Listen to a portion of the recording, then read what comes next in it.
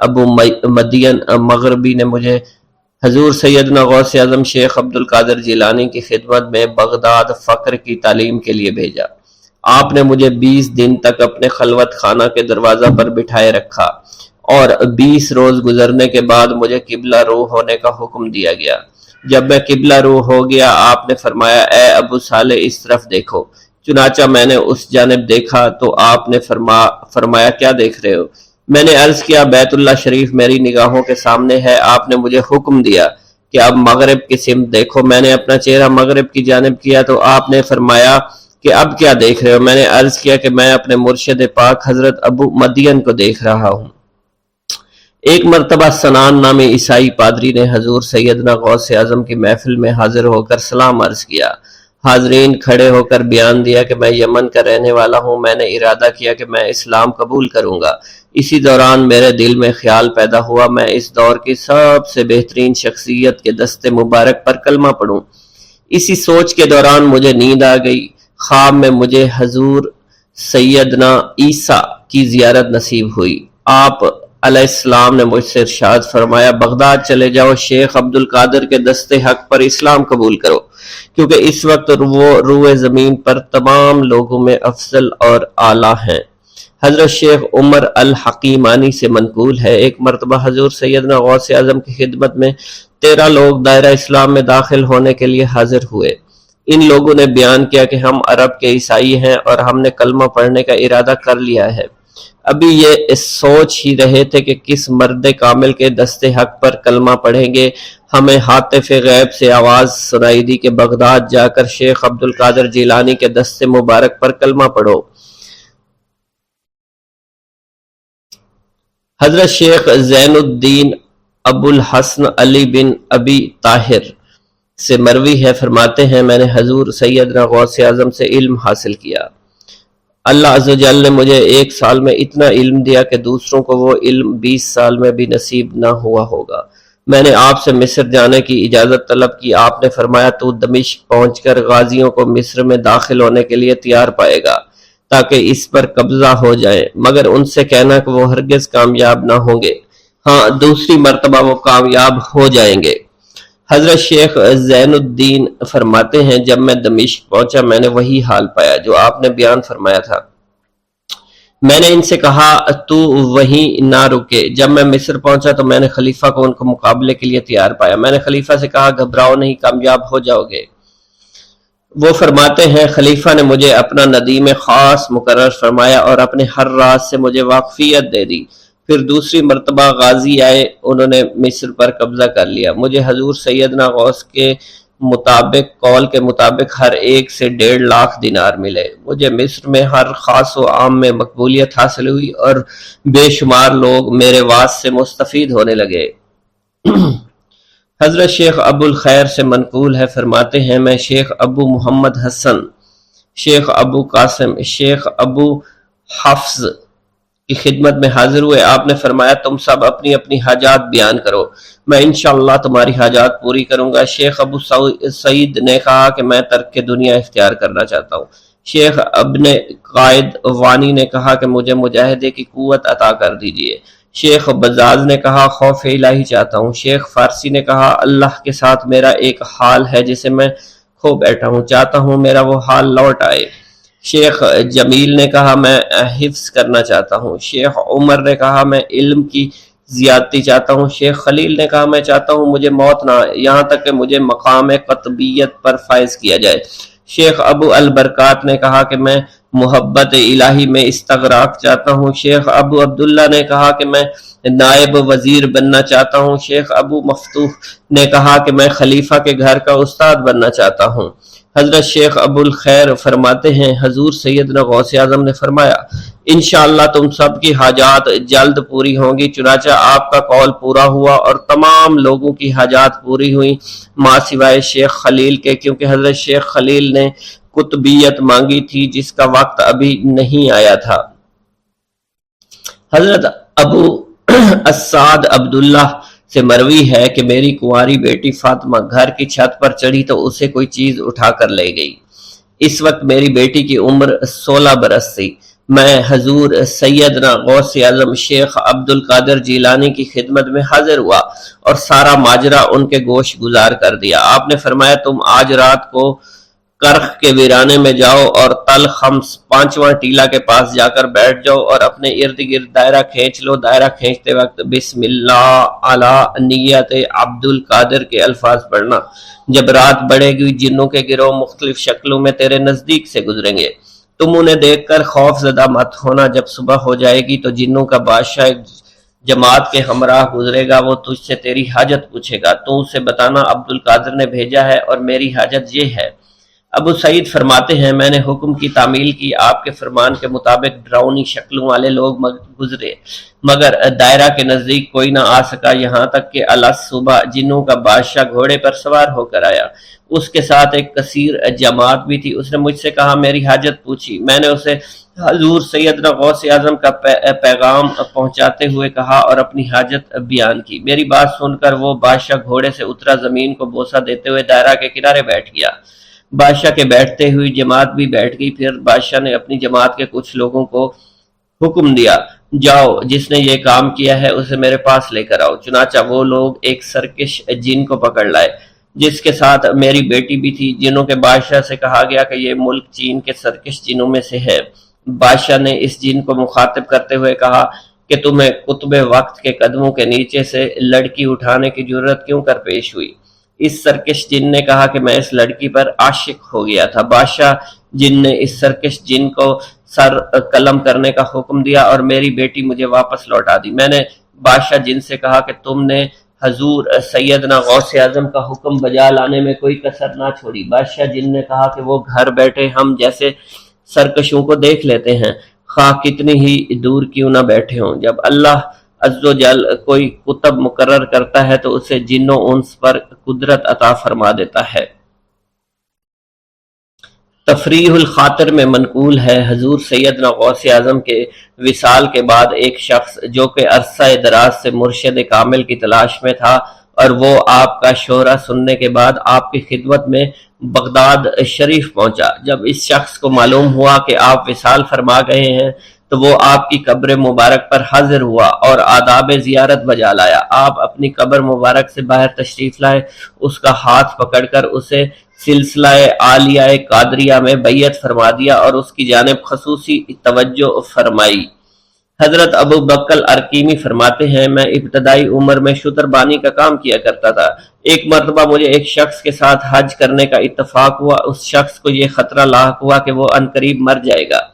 اس نے مجھے ایک چادر اور 10 دینار دیے اور فرمایا یہ میری امانت، تم بغداد شریف واپس جا کر حضور سیدنا غوث اعظم شیخ عبد القادر جیلانی رحمۃ اللہ علیہ کی خدمت میں پیش کر دینا۔